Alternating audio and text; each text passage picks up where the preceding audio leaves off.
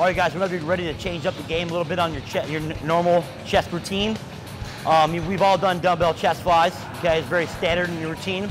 I think you're gonna be pleasantly surprised to go ahead and mix it up a little bit, and you're gonna substitute the dumbbells with some kettlebells, okay? Different resistance in different areas throughout the movement, and causing your pectoralis to engage. And I find actually recruiting a lot more fibers than the traditional dumbbell flies. As I mentioned, the dumbbell resistance is going to be go ahead and place right in the center of your palm, okay? Versus a kettlebell where the weight is externally shifted, okay? Causing all the weight to be distributed away from the body, okay? Causing the pecs to engage as the primary primary function of the pectoralis is to adduct the humerus, okay? Bring the arm in together, okay? So if the weight's being forced away from the body, the pecs going to engage even more to bring it in, okay? So that's just one little tidbits that we utilize the kettlebell for.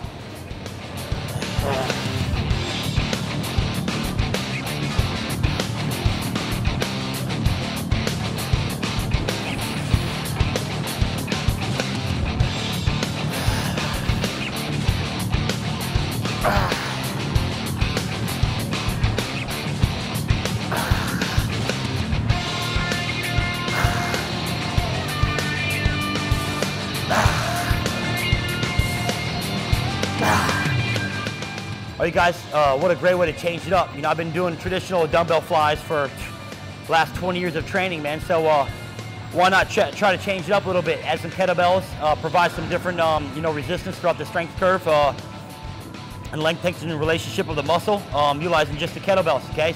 Still free weights. Only resistance is being provided in a different fashion to the muscles, causing them to be recruited differently, okay? So there's no right or wrong answer. Just always the right thing to do is always change up your routine. All right, guys, we have moved on over to the cable crossover stack. All right, we are gonna go ahead and perform what's called cable crossover 21s. Basically, your traditional cable crossover from 3 different angles, all within the same particular set. So we're gonna go and do 7 from the bottom to the top, okay? Then we're gonna get 7 from the mid-range, and then we're gonna bring them all the way to the top and get 7 more reps to finish off from high to low, activating 3 different parts of the chest, okay? I love to utilize cables in my chest training, definitely because I can definitely put emphasis on where I want to put the resistance on my chest. Okay, if you've got a lagging upper chest, lagging thickness to the middle of the chest, or if you don't have enough drop, flies are particularly effective at being like a sniper and putting that pinpoint stimulus on a particular muscle group and the fibers you're trying to activate inside the chest. All right, guys, obviously we're only doing 7 repetitions for every angle of the fly that we're gonna do. But the object is to find a weight that's gonna challenge you and to bring you to fatigue or failure for that 7 reps. And then you're gonna get about 10 to 15 seconds rest while you adjust the pulleys for every different angle we're gonna do. So 7 reps, hitting failure, and then a 10-second rest while you adjust the pulleys, going into the next set of 7 hitting failure as well. Normally you would think that a set of 21 repetitions would be a little too much, working a little bit more muscular endurance than chest size, but that's not really the case. I'm really doing 7 repetitions, extremely heavy, going to failure inside the set of 21s.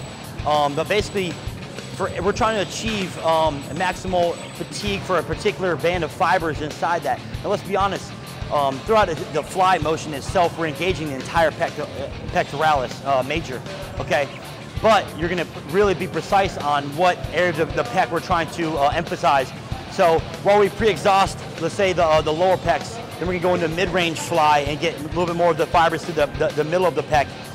The lower pec's still working, but it's fatigued and it's gonna cause the middle of the pec to fire that much more, getting that much more muscle recruitment. So if you need a little bit more width to the chest, a little bit wider chest, then I'm gonna go ahead and have myself and my clients go ahead and stand out a little bit farther, maybe 2 steps farther forward in front of the pulleys. Therefore, a majority of the resistance is going to be at the bottom, the stretch, maximizing the stretch portion of the fly.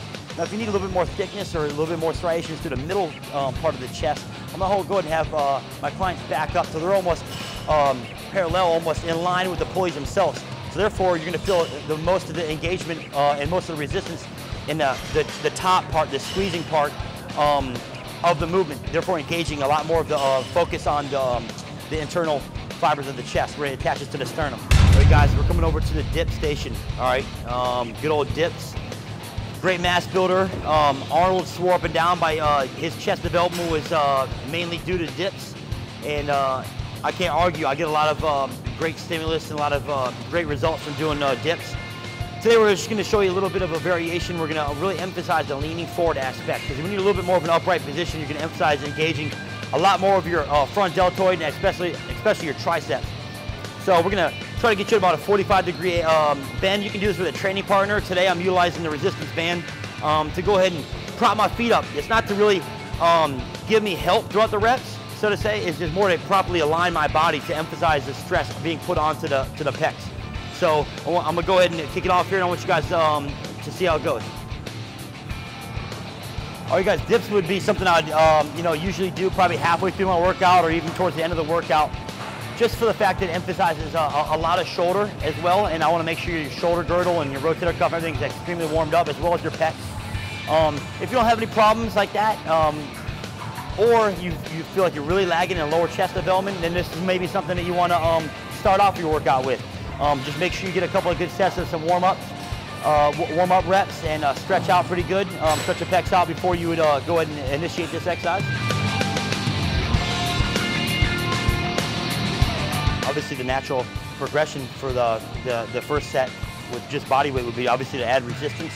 You could obviously do it with a weighted belt like I got here, or you can do it with chains around your neck. I find that the chains around my neck sometimes can restrict my range of motion, and I have a cervical neck fusion, so sometimes I feel like that can be, the metal chain on the metal in my spine can be a little uncomfortable. So this, me personally, I prefer this, but obviously the chains is obviously gonna give you the antagonistic resistance directly to the arms as well. So there's no really right or wrong answer to what I'm trying to say. Just pick whatever is best for you, and then just go with it, all right?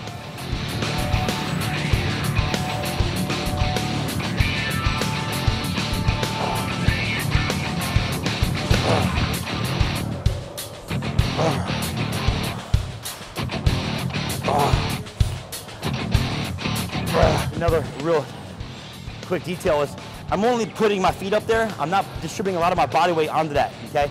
It's only to hang my feet up on there to get me properly aligned.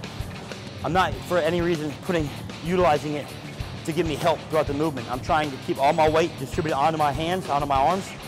And at the top of the movement, you're gonna feel a lot more engagement in the chest due to our body alignment, okay? If we're more upright, you feel a lot more of a squeeze in the triceps and shoulders, but you should feel a lot more in the chest with a 45-degree angle bend. So I had a blast today, man. My chest is swollen, my chest is pumped. But I know I had fun though. I love training, I'm very passionate about it. And I'm equally as passionate about helping others get better and helping others improve and break through plateaus and actually enriching people's lives and not just educating them. And hopefully if you guys watch this video and you learn at least one little thing, then I'm grateful for it. And I'd love to hear back from you guys and hear your response.